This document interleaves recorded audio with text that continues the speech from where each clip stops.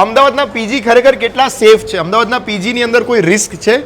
અમદાવાદના પીજીની અંદર મારી ને તમારી બહેનો જ્યારે અહીંયા રહેતા હોય તો એ બહારના શહેરમાંથી આવતા હોય, બહારના રાજ્યોમાંથી આવતા હોય તો એ ખરેખર કેટલું સેફ છે? હું ખરેખર અમદાવાદના એક પીજીની અંદર આવ્યો છું ચેક કરવા માટે. ગર્લ્સ પીજી છે, પરમિશન લઈને આવ્યો છું. આ એના ઓનર છે કાર્તિકભાઈ. કેમ છો? કાર્તિકભાઈ, અત્યારે આપણે આ પીજીની અંદર આવ્યા છે અને ઘણા બધા લોકોના સવાલ છે.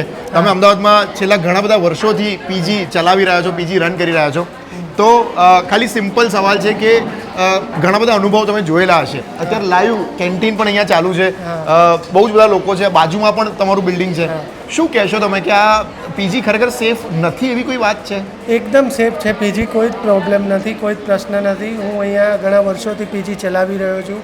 આખું બિલ્ડિંગ મારું છે અને છોકરીઓ દીકરીઓ એકદમ સેફ છે. અમદાવાદમાં કોઈ જ તકલીફ નથી. આવા કેટલા પીજી તમે ચલાવી રહ્યા છો અમદાવાદમાં? અમદાવાદમાં આવા ઘણા બધા બિલ્ડિંગ્સ છે મારા. ઘણા બધા બિલ્ડિંગ્સ છે.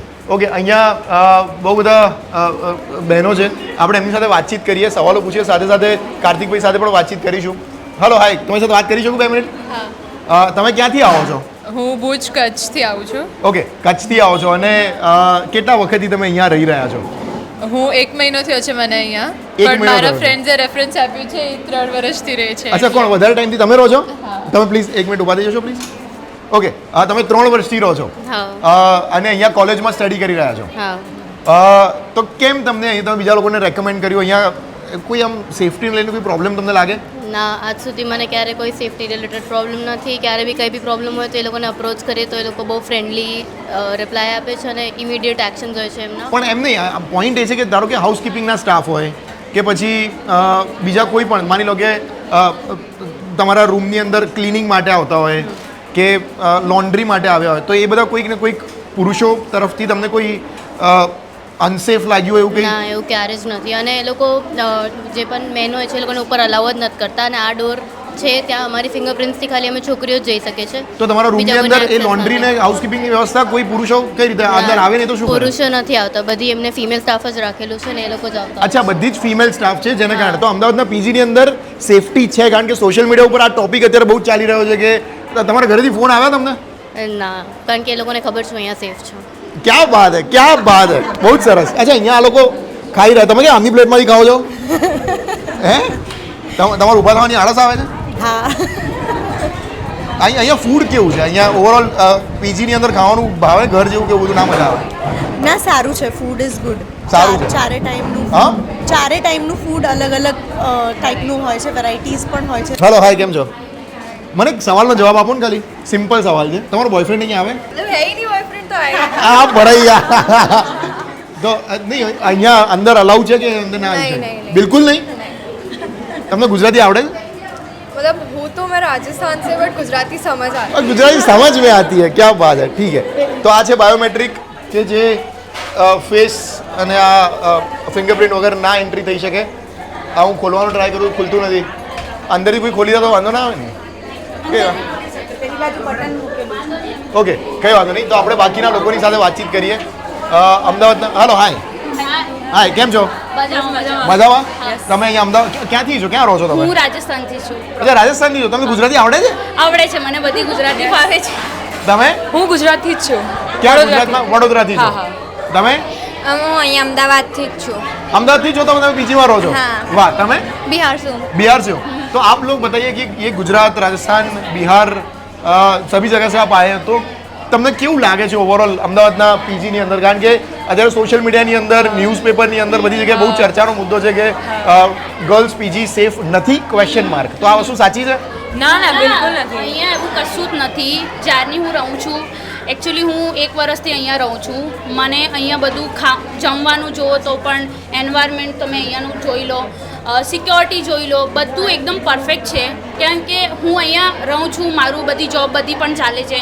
ક્યારે એવું હોય કે લેટ હોય તો પેરેન્ટ જોડે વાત કરાવી દો, તમે આવી શકો, એવું કંઈ નથી. ને જે અમારા જે ઓનર છે એ બહુ બધા ક્યારે મતલબ આમ રિવ્યૂ લેતા હોય કે કેવી રીતે તમે આમ કઈ પ્રોબ્લેમ છે કે નહીં. તો આમ બહુ સારું છે. આમ એવું નથી કે આમ હોસ્ટેલમાં રહીએ છીએ એવું નથી લાગતું. એવું નથી લાગતું? હા, બહુ આમ ઘર જેવું એન્વાયરમેન્ટ. અમે તો આવીએ તો અમે ગપ્પા મારીએ કાં તો એમને પૂછીએ કે અમને છે ને આમ થોડુંક એ અમારે સજેશન લે છે કે આમ અત્યારે જીમનું પણ કરાયું છે અમારે કહેવા ઉપર તેને કીધું કે વાંધો નહીં તમે બધા કહો છો તમે जिम પણ કરાવી દઈએ તો એ બહુ આમ સપોર્ટિવ છે वाह। हमारे साथ क्या कि लाइक मैं जब पहली बार यहाँ आई थी तो बहुत सारे पीजी में मैं गई तो पता करा मैंने कि हमें कॉलेज जाने के लिए लंच भी पैक करके लेकर के जाना होता है तो वो कॉलेज पीजी वाले 8-9 बजे तक नाश्ता रेडी नहीं करते बट यहाँ ऐसा कुछ नहीं है नाश्ता અચ્છા ready આ भी હું कर તમને देते हैं। ખાલી વોર્નિંગ આપી દઉં, આ કોઈ છે ને પેડ વિડીયો નથી, આ કોઈ આ પીજી વાળા મને બોલાવીને કોલાબરેશન માટે કરેલો કોઈ જ વિડીયો નથી. હું જેન્યુઅલી રેન્ડમ અહીંયા ચેક કરવા માટે આવ્યો છું કે અમદાવાદના પીજી કેટલા સેફ છે, અમદાવાદના પીજીની અંદર ગર્લ્સ માટે કેટલા સુરક્ષિત છે. કારણ કે મારી ને તમારી બહેનો જ્યારે અમદાવાદ જેવા શહેરની અંદર રહેતા હોય અને બહુ જ બધી સંખ્યામાં લોકો રહેતા હોય તો ખરેખર સેફટી જરૂરી હોય છે.